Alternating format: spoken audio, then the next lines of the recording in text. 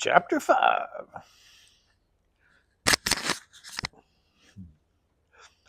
The air around the mine felt thicker as Ricky and Mr. Calloway stood at the rusted gate. Each creak of the wind against the decayed structure seemed like a warning, yet neither of them turned away. Wayne Heath could be watching, Calloway said quietly, his eyes scanning the tree line nearby. We have to move fast.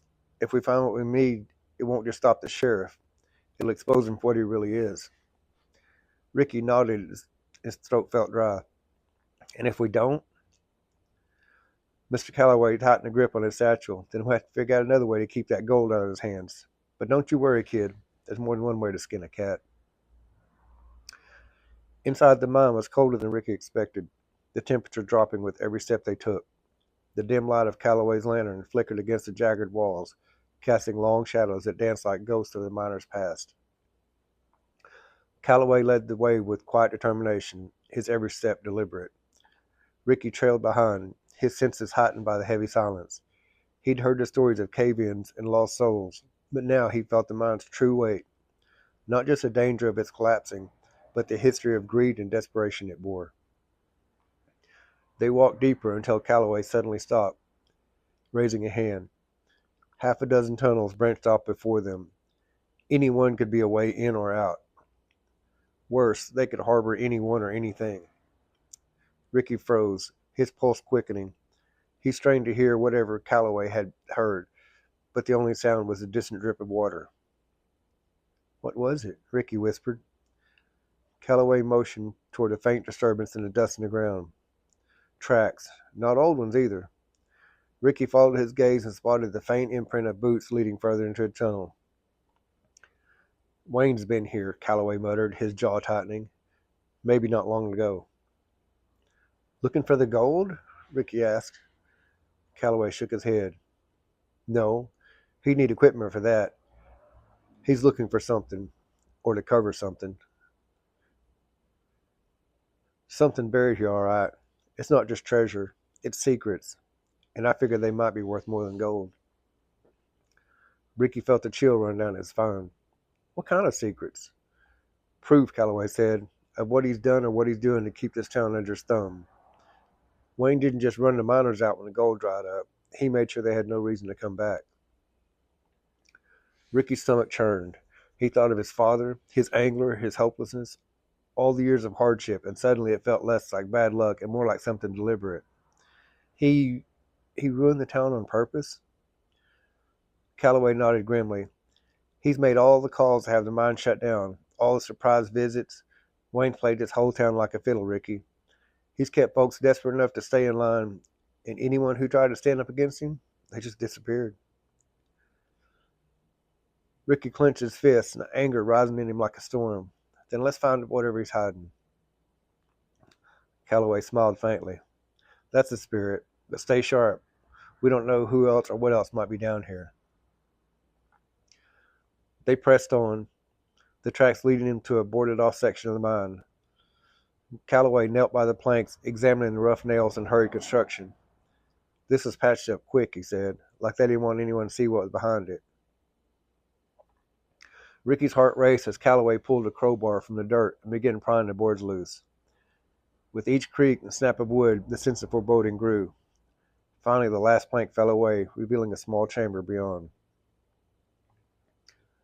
Inside was a battered metal chest, its surface rusted and scarred.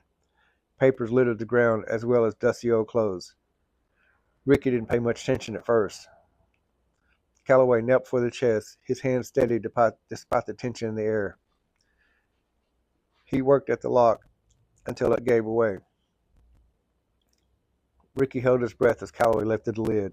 More papers. Recipes, handwritten letters to family, plans, dozens of letters from Mrs. Heath. Most of them yellowed with age, but still intact. Mr. Calloway pulled one free, his eyes scanning the text before handing it to Ricky. Ricky's hands trembled as he read. It was a Dear John letter written by Mrs. Heath. The words blurred together in his mind, but the intent was clear.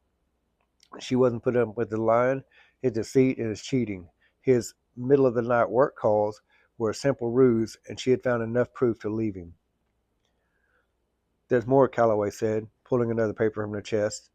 This one was also handwritten, but it was a letter addressed to a divorce lawyer, detailing bribes and threats Wayne had used to silence anyone who dared oppose him.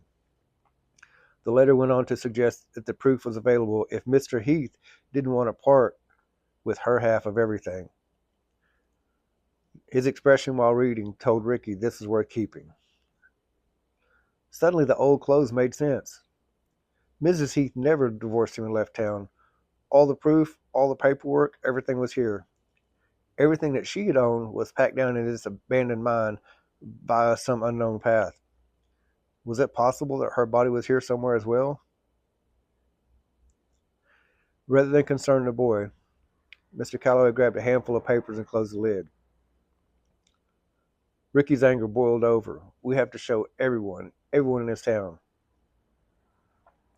Calloway nodded. And we will, but first we need to get out of here.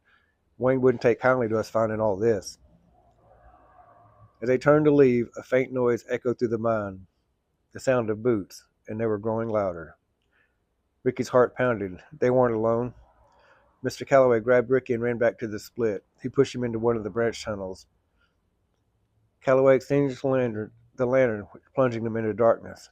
Stay right here, he whispered, and no matter what you do, do not move. Chapter 6. Laying just inside a turn in the mine, Ricky's pulse thundered in his ears. He had followed Mr. Calloway at a distance, curiosity outweighing his fear. The flicker of flashlight inside the mine cast eerie shadows on the jagged rock walls. Somewhere ahead, voices echoed. Sheriff Heath's calm, authoritative tone, and Calloway's firm rebuttal. You know you've crossed the line, Wayne, and I can prove that, Mr. Calloway's voice rang out, stronger than Ricky had ever heard it. Worse yet, you've dragged that poor excuse of a deputy in here with you. Don't make this harder than it has to be, Deputy Clark replied. You know how that's going to end. Ricky pressed himself against the soft dirt at the base of a stack of crates, peering into the darkness. He could just make out the silhouettes of men. Sheriff Heath stood tall, his flashlight aimed at Calloway, who held a lantern in one hand and a pry bar in the other. Deputy Clark lingered behind the sheriff, his hands trembling as he gripped his own weapon. Put down that bar, Calloway, the sheriff ordered. You don't want this to get ugly. Calloway chuckled. A dry, humorless sound. You think you're the law around here, Wayne? You ain't nothing more than a thief and a murderer. And I ain't bound to you or the men who pull your strings. Last chance, said the sheriff, his voice like steel. What's on your mind anyway, Sheriff? You wondering if I found her? Is that it? Calloway asked, almost in a mocking tone. The color drained from Wayne Heath's face, and the deputy swallowed hard. Sheriff, I'm going to tell you, I'm not one of the scared townspeople, Calloway said defiantly. I own this mine, and there ain't no pushing me off this property. And if I do happen to pass, that boy, he'll get it all, he said, using the pry bar as a wand to illustrate his point. Put down the weapon, yelled Heath as he drew his pistol. Almost as a reflex, Calloway raised the bar, and everything happened at once. The roar of gunfire filled the mine, the sound bouncing off the walls and making it impossible to tell who fired first. Ricky clamped his hands over his ears, forgetting to breathe in the face of fear. When the echoes finally faded, the silence was deafening. Cautiously, Ricky peeked around the corner. Mr. Calloway was on the ground, his lantern shattered beside him. Blood pooled beneath his still form, dark and glistening in the faint light. The sheriff stood over him, his gun still smoking. Deputy Clark looked like he was about to be sick, his face pale and his eyes wide with horror. Both hands still cradled his weapon. He didn't, the deputy stammered. He wasn't going to... Damn it, Tommy, the sheriff growled. Get yourself together. Clark stood frozen, his pistol still pointed at the dead man. It's done now. Now help me clean this up, demanded the sheriff. Ricky pushed himself back from the entrance, his breath coming in shallow gasps. He turned and crawled back to the darkness, his movements muffled by soft earth. He lay in the darkness for what seemed like hours after he heard the last sounds of the men dragging away the body.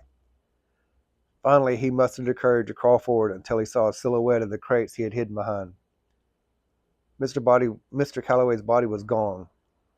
He could barely make out the drag marks, but he could tell they had taken him into one of the spurs, leading deeper into the mine. Ricky made a decision to run hard and run right now. The sun was setting, and he knew he could make it home right at dark. If luck was on his side, his dad wouldn't be home yet to question him. Back in his small room, he paced, the events playing in his mind like a broken reel. The sheriff's words, Calloway's defiance, the gunshots, it all felt unreal, like a nightmare he couldn't wake up from. He knew he couldn't win this alone. He knew what he had to do, and he knew he had to do it right now. Ooh. All right, Miss Sheila, I know you don't want watching this. Anybody else? You might get it. I don't know. All right, thank you for watching.